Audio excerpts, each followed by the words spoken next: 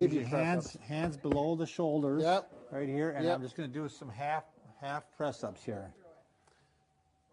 Now, Okay. if the person responds, it's kind of hard at first, but after a few press-ups, it gets a little easier. They can go higher. You're really trying to keep this part relaxed Right. and sagging in. Right. This Because stays this is down. what you don't want to see is this, Brad. Exactly. Good. Quite often we do see this. Good 'cause point, their back Bob. is so tight. And the other, what are we looking for, Brad? What's the good sign? If the leg symptoms or the pain in legs start to reduce or go up towards the back. Right. You might even feel more pain in the back. Exactly. Less pain in the leg. That's what Right. you're looking for. And you're trying to go higher and higher. Just this week, I did this exact same exercise with a patient. She had numbness in her shin. We did 5 of these. She said, "Oh, my shin doesn't hurt anymore. It feels normal." So I said, "Let's do some more." Right. And so once you get up to this point, this is the basic exercise. Now we're going to show you the advanced exercise. Let's say you've been doing these for a while.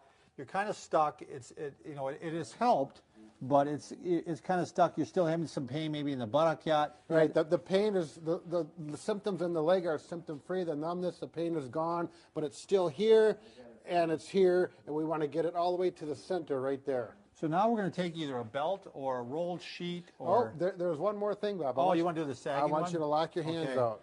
So you're going to get up to the point where you want to make sure that the pelvis is still on the ground. Right here. On the floor. Yeah. And you're going to lock your elbows out and you're just letting it sag like this. And then you want to do... No, you take a deep breath. Okay, yep, then I'll have the person exhale and relax and just think about this going down and in and arching to a maximum, okay?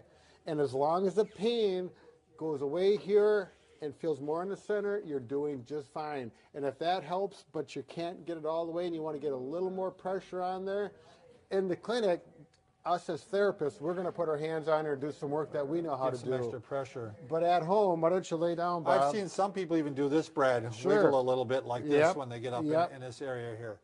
All right?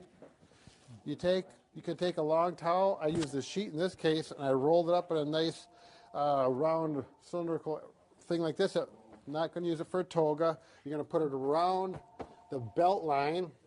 Go ahead, Bob. Show them what to do. Put my hands on here, and I'm going to go ahead and lift up like this. Now I got some counter pressure. I don't know if they can see this.